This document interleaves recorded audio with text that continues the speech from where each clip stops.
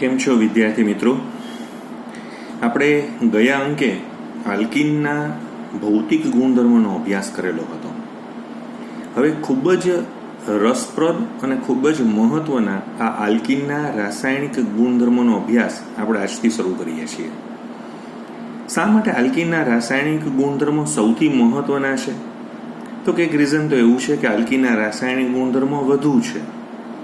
તો પાછો પ્રશ્ન એવો થાય છે કે આલ્કેન અને આલ્કીનમાં શા માટે આલ્કીનના રાસાયણિક ગુણધર્મો વધારે છે? તો કે આલ્કેન જે છે ને એ અલ્પ ક્રિયાશીલ છે.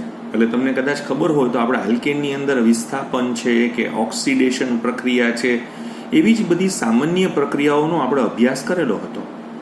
પણ આલ્કીનની અંદર તમે જોવા જાઓ તો એની અંદર એક સિગ્મા બંધ અને એક નબળો પાઈ બંધ છે. અને પાઈબંધ નબળો હોવાને કારણે એની રાસાયણિક ક્રિયાશીલતા આલ્કેન કરતાં વધારે છે. તો પાછો નવો પ્રશ્ન થશે કે આલ્કીન મહત્વની અથવા મોટા ભાગે કઈ પ્રક્રિયા આપે છે? હું ફરીથી બોલું છું, મોટા ભાગે કઈ પ્રક્રિયા આપે છે? તો કે એવું કહી શકાય કે આલ્કીન જે છે એની અંદર વિસ્થાપન પ્રક્રિયાના ચાન્સીસ કરતાં યોગશીલ પ્રક્રિયાના ચાન્સીસ સૌથી વધારે છે. તો પાછી યોગશીલ પ્રક્રિયા આવતી હોય તો યોગશીલ પ્રક્રિયામાં પાછી 3 પ્રકારની યોગશીલ પ્રક્રિયા હોય છે. જેમાં એક આપણે આવે છે ઇલેક્ટ્રોન અનુરાગી યોગશીલ પ્રક્રિયા, કેન્દ્ર અનુરાગી યોગશીલ પ્રક્રિયા અને મુક્ત મૂલક યોગશીલ પ્રક્રિયા. પણ એમાં સૌથી વધારે તમે જોવા જશો તો આલ્કીન જે છે એ ઇલેક્ટ્રોન અનુરાગી યોગશીલ પ્રક્રિયા વધારે આપે છે. પાછો પ્રશ્ન થાય છે કે આ ઇલેક્ટ્રોન અનુરાગી યોગશીલ પ્રક્રિયા એટલે શું? તો કે આલ્કીનમાં રહેલો પાઈબંધ જે છે એ નબળો છે, એ તૂટે અને એના અંદર એની સાથે બહારથી ઇલેક્ટ્રોન અનુરાગી પ્રક્રિયકનું આક્રમણ થાય અને જે સંયોજન બને તો આખી આ પ્રક્રિયાને ઇલેક્ટ્રોન અનુરાગી યોગશીલ પ્રક્રિયા કહેવામાં આવે છે. આપણે અગાઉ તમને કદાચ ખબર હોય તો આપણે ભણી ગયેલા હતા કે મારી પાસે આ એક ઇથિનનું બંધારણ છે. એમાં આ તમે જોવા જાઓ છો તો આ મજબૂત સિગ્મા બંધ છે અને આ કેવો છે? તો કે નબળો પાઈ બંધ છે. આ નબળો જ પાઈ બંધના જે ઇલેક્ટ્રોન જે છે ને એ જ ઇલેક્ટ્રોનનો મહત્વનો સ્ત્રોત છે. આ સહેલાઈથી ઇલેક્ટ્રોન આપી શકશે.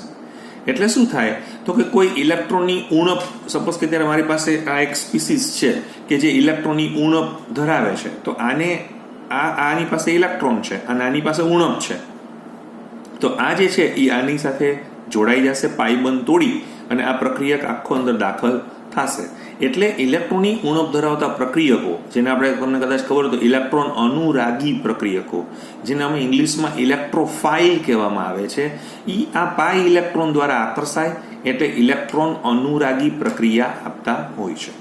તો આપને થોડો ખ્યાલ આવી ગયેલો હશે કે શા માટે આ લોકો આ પ્રકારની ઇલેક્ટ્રોન અનુરાગી યોગશીલ પ્રક્રિયા આપે છે. ઘણી વખત વિદ્યાર્થીને બીજો પણ એક પ્રશ્ન થતો હોય છે, જેમ ઇલેક્ટ્રોન અનુરાગી યોગશીલ પ્રક્રિયા હોય તો એવું ન બની શકે કે ઇલેક્ટ્રોન અનુરાગી વિસ્થાપન પ્રક્રિયા આપે કે કોઈ એક નીકળી જાય, કોઈ એક સપોઝ કે નીકળી જાય અને એને બદલે ઇલેક્ટ્રોન અનુરાગી આવી જાય, એવું ન બને? તો કે એ પણ સંભાવના તો છે જ, પણ એ સંભાવનાને આપણે થોડીક અલગ રીતે સમજીએ છીએ કે તમને કદાચ ખબર હોય તો ઇલેક્ટ્રોન અનુરાગી યોગશીલ પ્રક્રિયાની અંદર સપોઝ કે અત્યારે હું કોઈ ઇલેક્ટ્રોન અનુરાગી યોગશીલ પ્રક્રિયા કરું છું, જે મેં હમણાં તમને બતાવી, જેમાં આપણે પાઈબંધ શું કરીએ છીએ? આ નબળો પાઈબંધ છે. તો આ પાઈબંધને જ્યારે આપણે તોડવાના હશે તો એ તોડવા માટે આપણે સપોઝ કે અહીંયા એવું કહેવાય છે કે નિયર અબાઉટ 251 કિલો જૂલ પ્રતિ મોલ ઉર્જાની જરૂર પડે. જેવું આ બંધ તૂટી જાય, સપોઝ કે અત્યારે હું આ બંધને તોડી નાખવા, એટલે હવે આની વેલેન્સી કેટલી છે? ત્યારે આ 1, આ 2 જ વેલેન્સી છે ને, તો એનો મતલબ કે હજી આની અંદર 2 વેલેન્સી અને આ 3, આપણે આમ જોવા જઈએ 1, 2 ને 3, તો અહીંયા સિગ્મા બંધનું શું થશે? નિર્માણ થશે. તો આનો મતલબ એવો થઈ ગયો કે અહીંયા જ્યારે આ પ્રક્રિયા થશે ત્યારે આનો જે પાઈ બંધ જે છે, કારણ કે આ જગ્યાએનો જે પાઈ બંધ એ તૂટી અને સિગ્મા બંધનું નિર્માણ કરશે અને નવા 2 સિગ્મા બંધ, એટલે કે એક સિગ્મા બંધની 348 કિલો જૂલ, એવા 2 એટલે 696 કિલો જૂલનું નિર્માણ કરે. આમ તમે જોવા જાઓ તો આટલી ઉર્જા શું થઈ? બહાર છૂટી પડી અને આટલી ઉર્જા અંદર શું થઈ ગઈ? શોષાઈ ગઈ. નેટ રિઝલ્ટ આપણે જોવા જઈએ 696 માંથી 251 બાદ કરી નાખો તો પણ 444 કિલો જૂલ પ્રતિ ઉર્જા જે છે એટલે 445 જેવી આટલી ઉર્જા શું થતી હોય છે, છૂટી પડતી હોય છે.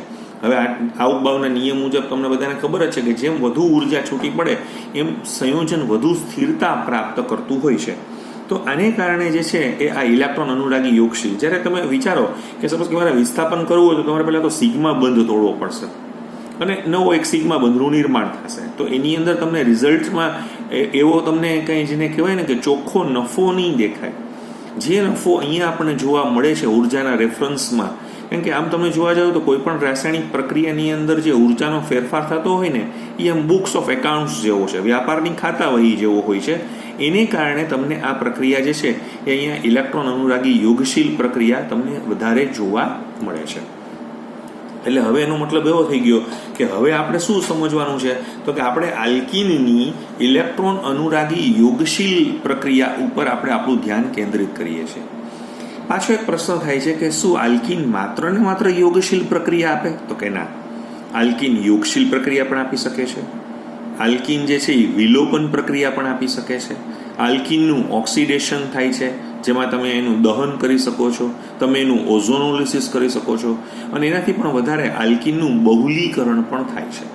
પણ અત્યારે આપણો જે ટાર્ગેટ હમણાં પહેલાં જે છે એ આલ્કીનની ઇલેક્ટ્રોન અનુરાગી યોગશીલ પ્રક્રિયા છે. એમાં સૌથી પહેલાં આપણે શું ઉમેરવા માંગીએ છીએ, તો કે આપણે હાઇડ્રોજન ઉમેરવા માંગીએ છીએ.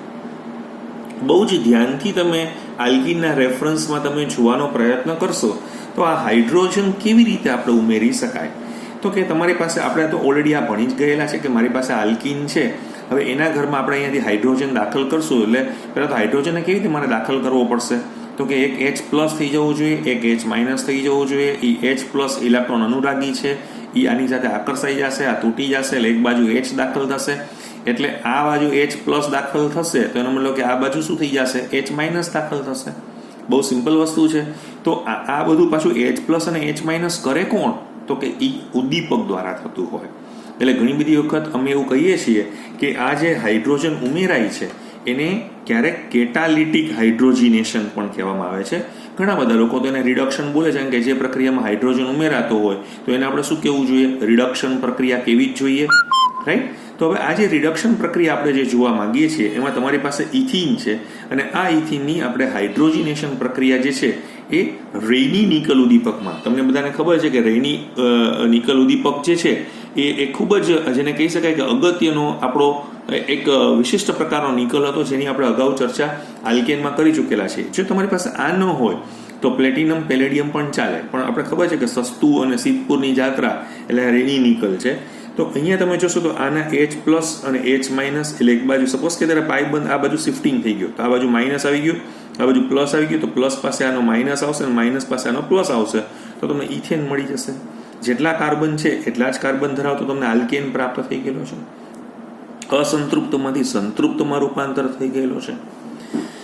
આ પ્રક્રિયાનું એક બીજું ઉદાહરણ તમને આપું છું, પ્રોપીન. આપણે આ સમાનધર્મી શ્રેણીનો બીજો સભ્ય લઈએ પ્રોપીન, એનું પણ તમે હાઇડ્રોજિનેશન કરશો.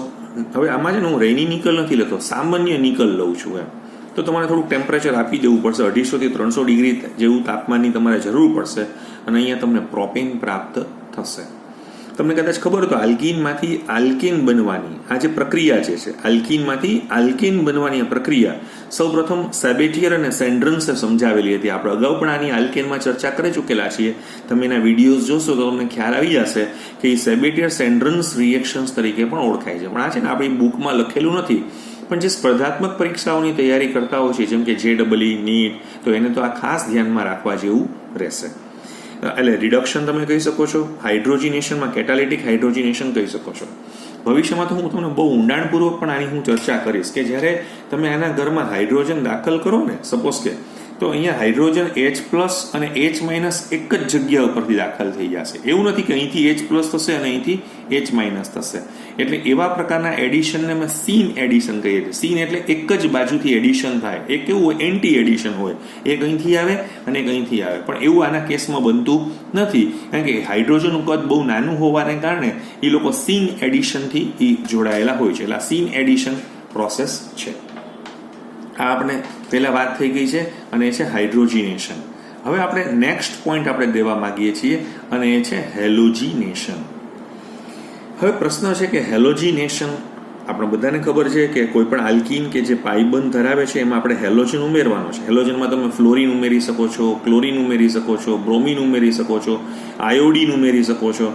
તો તમારી પાસે જે ઇથિન છે એનું તમે જ્યારે બ્રોમિનેશન કરવા માંગો છો કોની હાજરીમાં, તો કે CCl4ની હાજરીમાં, એટલે કાર્બન ટેટ્રાક્લોરાઇડ આપણી પાસે કેવો છે, અધ્રુવીય દ્રાવક છે. તો આ બ્રોમિન છે ને એ ટૂંકમાં ફરીથી હમણાં હું તમને એનું મિકેનિઝમ પણ સમજાવું છું. સામાન્યતઃ જે છે ને બ્રોમિન નોન પોલાર કમ્પાઉન્ડ છે, બરાબર છે. હવે નોન પોલાર કમ્પાઉન્ડ હોવાને કારણે જ્યારે આ બ્રોમિન ઇથિનના સંપર્કમાં આવે, એટલે ઇથિન પાસે પાઈ ઇલેક્ટ્રોનનો એક્સ્ટ્રા સોર્સ છે, જ્યારે એના સંપર્કમાં આવશે ત્યારે તમારો જે બ્રોમિન જે છે ને એ શું થઈ જશે, ધ્રુવીભૂત થઈ જશે. એટલે કે એક પ્લસ ડેલ્ટા ચાર્જવાળો થઈ જશે અને એક માઇનસ ડેલ્ટા ચાર્જવાળો થઈ જશે. આની અંદર પણ તમને કદાચ ખબર તો ઉદ્દીપક જે હતા આપણે ઉપર ભણી ગયા, તો ઉદ્દીપકમાં પણ આવી રીતે જ ઉદ્દીપકે શું કર્યું હતું, તો કે હાઇડ્રોજનને ટૂંકમાં ધ્રુવીભૂત કરેલા હતા. હવે જ્યારે આ પ્રકારની ઘટના બને ત્યારે શું થાય કે હવે તમારો જે બીઆર જે છે એ એટલે આ જે છે એ પાઈબંધ આની સાથે જોડાશે, કારણ કે આ ડેલ્ટા પ્લસ છે, એટલે આની પાસે થોડુંક શું થઈ ગયું છે, ઇલેક્ટ્રોનની થોડીક ઉણપ થઈ ગઈ છે. એટલે આ એના ઇલેક્ટ્રોન જે છે એને પાસ કરશે. એટલે આ તબક્કો બહુ જ ધીમો છે, કારણ કે ધીમે ધીમે આ વસ્તુ થવાની છે.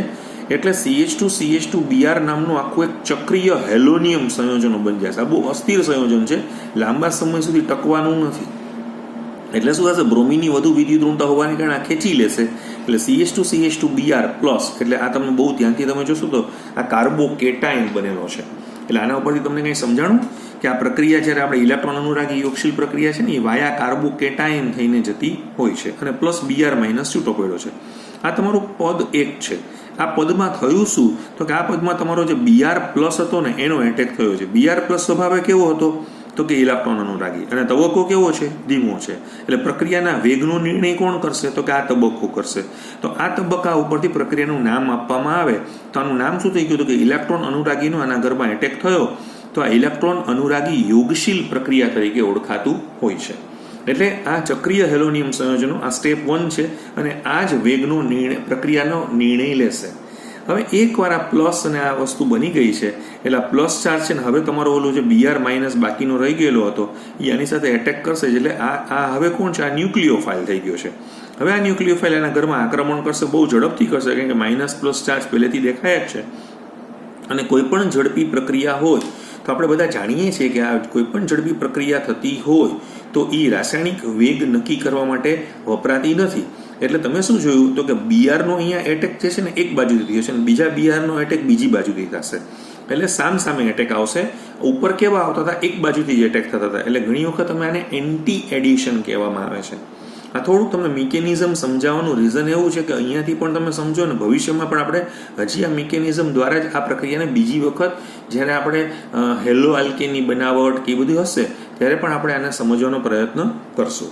તો આ જે પ્રક્રિયા વિધિ આપણે જે જોઈ રહ્યા છીએ એને બરાબર તમે ટ્રાય કરજો. આનું કોઈ પણ ઇલેક્ટ્રોન અનુરાગી યોગશીલ પ્રક્રિયા વાયા કાર્બોકેટાયન થઈને જશે. એટલે તમારી પાસે કાર્બોકેટાયનનું જ્ઞાન ખૂબ જ સારું હોવું જોઈએ. હવે પાછું તમે શાંતિથી વિચારી લ્યો કે આ ઇથિન છે, બ્રોમિન છે, એક બાજુ બ્રોમિન, બીજી બાજુ બ્રોમિન, ઇથિલિન બ્રોમાઇડ અથવા 1,2-ડાયબ્રોમો ઇથેન. યાદ આવે છે ને આપણે આને શું કહેતા હતા, આને શું કહેવાય છે, બે બ્રોમિન બાજુમાં હોય, એક જ કાર્બન ઉપર ન હોય તો એને વિસિનલ ડાયહાઇડ કહેવાય, અને એક જ ઉપર હોય તો આપણે એને શું કહેવાય, જેમિનલ કહેવાય. આ પ્રક્રિયાનો ફાયદો શું છે, તો કે બ્રોમિન છે ને એનો રંગ જે છે ને એ નારંગી પડતો લાલ છે, એટલે કે બ્રાઉનિશ રેડ કલર છે. હવે એ દૂર થઈ ગયો છે, કારણ કે હવે એ કલરલેસમાં જતું રહેલું છે. તો આનો ઉપયોગ છે ને અસંતૃપ્ત પદાર્થ હોય એની પરખ કસોટી માટે થાય છે. અહીંયા વિદ્યાર્થીને પ્રશ્ન થશે કે સર બધા જ અસંતૃપ્ત પદાર્થની પરખ કસોટી થઈ શકે, તો કે ના, એવું જરૂરી નથી.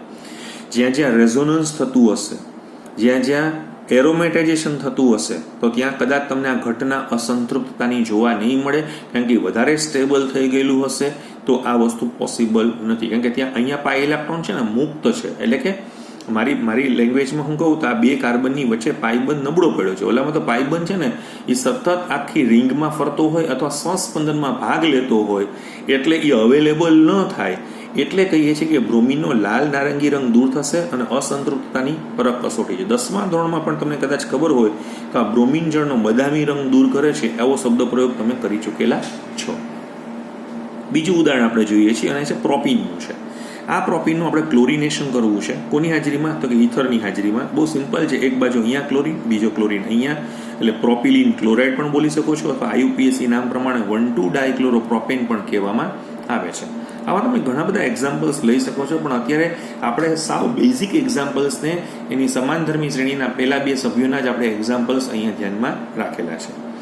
આ પ્રક્રિયામાં તમારે એવું કહેવાય છે કે ફ્લોરિનનો પ્રક્રિયા હવે જબરજસ્ત ચાલતો હશે. એટલે સપોઝ કે તમારી પાસે અહીંયા F2 હશે ને, તો આ પ્રક્રિયા બહુ ફાસ્ટ, ભલે એટલે એનાથી પણ ફાસ્ટ આ છે, પણ આ ધીમો તબક્કો પણ ઝડપી થઈ જતો હોય છે. પછી ક્લોરિન, પછી બ્રોમિન અને પછી આયોડિન. કારણ કે આની સાઇઝ છે ને, ફ્લોરિનની સાઇઝ નાની છે, ક્લોરિનની વધુ છે, બ્રોમિનની એનાથી પણ વધુ છે, ને આયોડિન. એટલે પ્રક્રિયા વેગ તમે જે જોઈ રહ્યા છો એ પ્રમાણે તમને ઉતરતા ક્રમની અંદર આ રીતે તમને પ્રક્રિયાનો ક્રમ જે છે એ જોવા મળે છે. તો આ જે છે એ આપણે હેલોજનનું ઉમેરણ જે છે એ આ સંદર્ભમાં કરેલું છે. હવે આપણે જ્યારે આવતા અંકે મળશું ત્યારે આપણે હાઇડ્રોહેલોજિનેશનનો બહુ ઇમ્પોર્ટન્ટ ટોપિક જે છે એ આપણે ધ્યાનમાં રાખશું. Thank you.